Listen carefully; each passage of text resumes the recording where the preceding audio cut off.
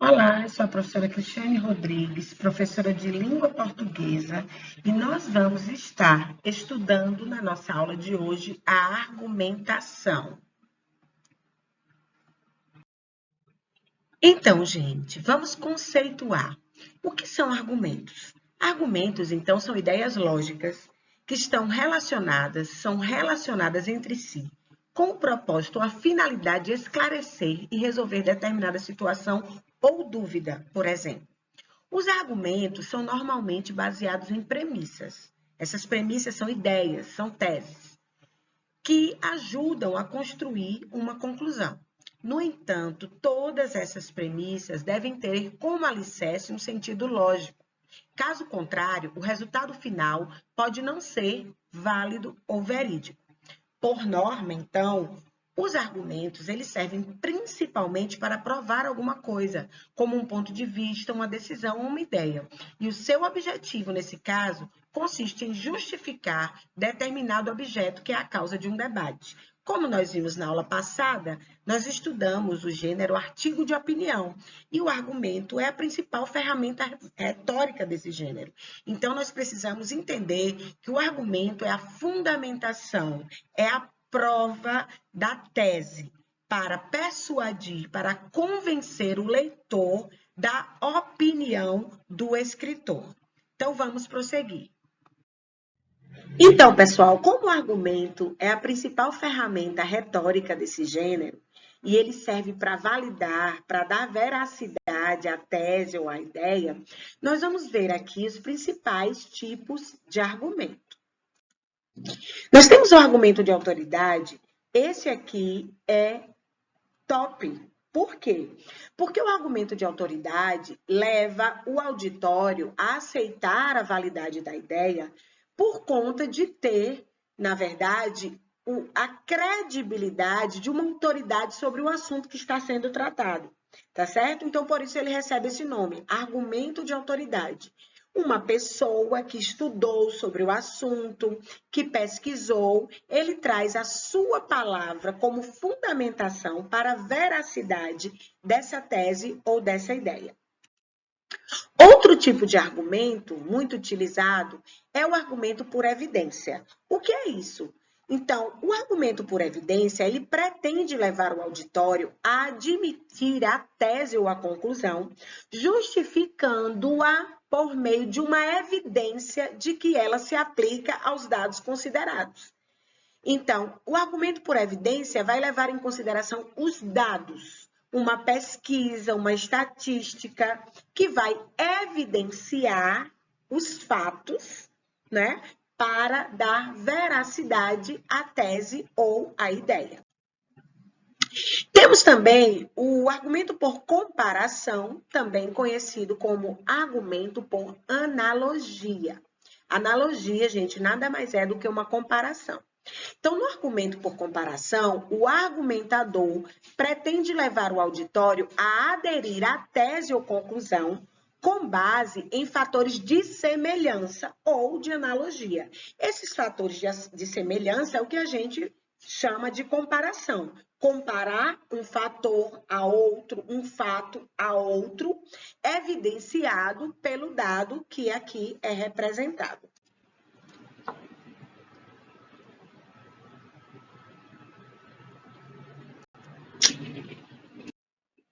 Outro tipo de argumento é o argumento por exemplificação. Como o nome já diz, utiliza-se de exemplos para fundamentar a ideia. Então, no argumento por exemplificação, o argumentador vai se basear ou vai basear a tese ou a conclusão em exemplos que sejam representativos, os quais, por si só, já são suficientes para justificar a ideia. Outro tipo de argumento é o argumento de princípio. Então, nesse argumento, a justificativa é um princípio, ou seja, uma crença pessoal que vai ser baseada numa constatação. Só que essa constatação tem que ser lógica, científica, ética e até estética. Então, tem que ter uma base, não pode ser um pensamento pessoal sem justificativa, sem lógica. Então, esse tipo de argumento ele vai ser aceito como verdadeiro por ter uma validade universal. Os dados aqui apresentados, por sua vez, dizem respeito a um fato isolado, mas aparentemente está relacionado a um princípio a que se acredita. Ambos vão ajudar o leitor a chegar a uma tese ou uma conclusão por meio de uma dedução. Argumento por causa e consequência. Então, nesse tipo de argumento, a tese ou a conclusão vai ser aceita justamente por ser uma causa ou uma consequência dos dados. Então, gente, continuando, como a gente está falando de argumento, é necessário que a gente entenda que em textos que a gente utiliza o argumento como uma ferramenta retórica, sempre é muito bom que a gente utilize o contra-argumento. Então, nós vamos falar um pouco sobre o contra-argumento. O que é e como utilizar. Aristóteles, ele defendeu uma tese, né, de que toda ideia deveria ter uma outra ideia contrária para que o pensamento fosse sintetizado. Então, ele chamava isso de tese, antítese ou antitese e síntese. É o que a gente utiliza aqui nesses textos que são argumentativos, como a gente está trabalhando o comentário do leitor. Comentário do leitor é necessário o uso do argumento para fundamentar a ideia ou a tese que está sendo discutida ou debatida. Então, o contra-argumento, na verdade, é um argumento que vai se opor a outro. É uma prova ou uma afirmação que vai negar ou se contrapor a outra que foi anteriormente afirmada. O contra-argumento, então, vai de encontro à teoria. A teoria que foi, na verdade, falada anteriormente, que foi defendida. Certo? Então, qual a definição de contra-argumento, né? O contra-argumento, na verdade, é um argumento oposto a outro que foi afirmado anteriormente. Então, gente, agora que a gente já sabe, né, o que é argumentação, o que é o contra-argumento, nós precisamos entender alguns elementos que são chamados de elementos textuais, que é a coesão e a coerência. Então, vamos lá. O que é coesão e o que é coerência textual? São mecanismos que são fundamentais na construção textual. Não só na construção do texto, do gênero que a gente está estudando, mas de qualquer texto e de qualquer gênero. Tá certo? Então, preste muita atenção nessa questão dos elementos textuais, porque você vai utilizar na produção e na construção, inclusive, de outros gêneros. Para que um texto seja eficaz na transmissão da sua mensagem, então é essencial que ele faça sentido para o leitor. Além disso, deve ser harmonioso, de forma que a mensagem flua, segura, natural e agradável aos ouvidos. Então, vamos lá, continuando o nosso estudo, o que é a coesão textual? A coesão, gente, é o resultado de uma disposição e da correta utilização das palavras que propiciam a ligação entre as frases, os períodos e os parágrafos de um texto. Ela colabora com a organização do texto e ocorre por meio de palavras que são chamadas conectivos de coesão textual. Então, resumindo, a coesão textual ela é gramatical. Quem vai fazer, na verdade, essa ligação entre as partes do texto são palavras que a gente chama de conectivos e são palavras que, na verdade, estão dentro, por exemplo, das classes gramaticais, como os pronomes. Então, vamos ver alguns mecanismos de coesão. A gente tem a coesão referencial ou coesão de referência. Então, a gente utiliza aqui pronomes pessoais ou possessivos, não é? Substituindo termos que foram ditos anteriormente, para que a gente evite a repetição dessas palavras.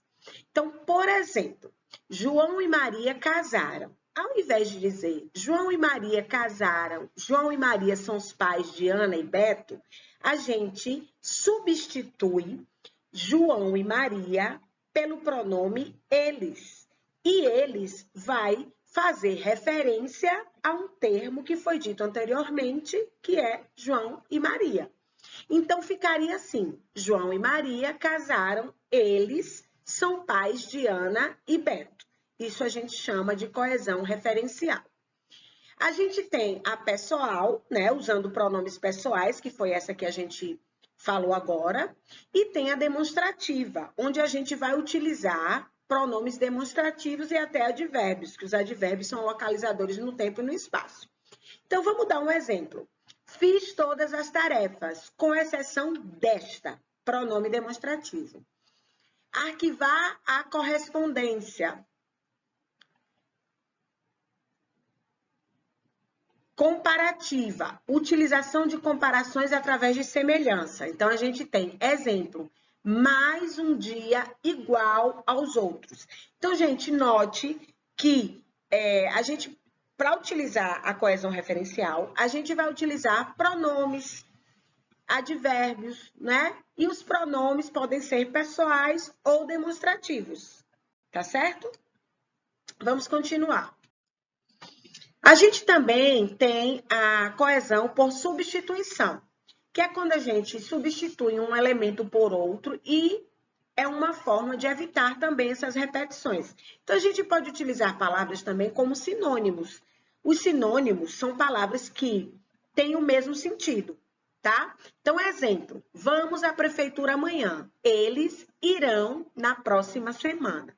Observe que a diferença entre a referência e a substituição está expressa especialmente no fato de que a substituição acrescenta uma informação nova ao texto. Lá na referência, não. A gente utiliza uma palavra que vai substituir um termo que foi dito anteriormente, que é o caso aqui de João e Maria casaram, eles são os pais de Ana e Beto. Então, o pronome aqui, pessoal, ele referencia as pessoas, que é João e Maria, mas não acrescenta nenhuma informação adicional ao texto. E o que é a coerência textual? Coerência, trocando em miúdos, vamos dizer dessa forma, é o sentido do texto.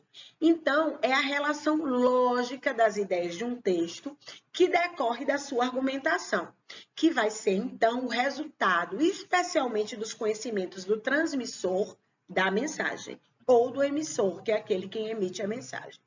Um texto contraditório e redundante, ou cujas ideias iniciadas não são concluídas, é um texto incoerente, ou seja, um texto sem sentido.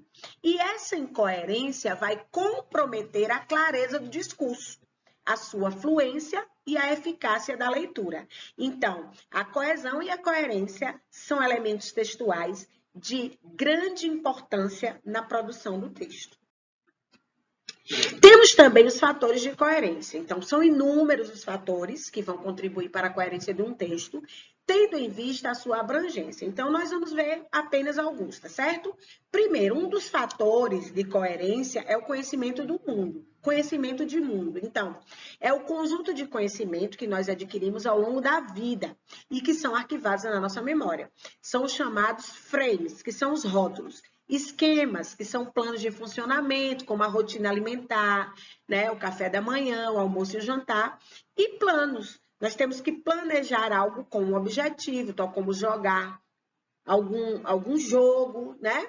E os scripts, que são roteiros, tal como normas de etiqueta. Então, aqui só são exemplos de alguns fatores de coerência sobre o conhecimento de mundo, que é aquele conhecimento que a gente vai adquirindo ao longo da vida e que a gente vai utilizar na questão da produção textual. Outro fator de coerência importante é a informatividade, ou seja, a informação. Quanto maior for essa informação,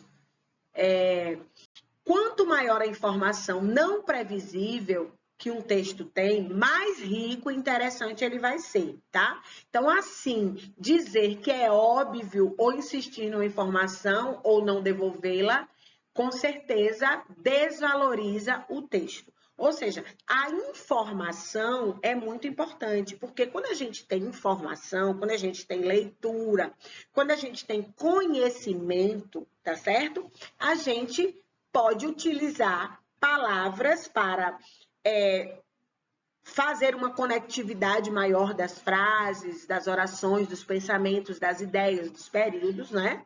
Porque a gente vai melhorar o nosso vocabulário quando a gente tem a leitura, a gente conhece palavras novas e aí a gente melhora o vocabulário.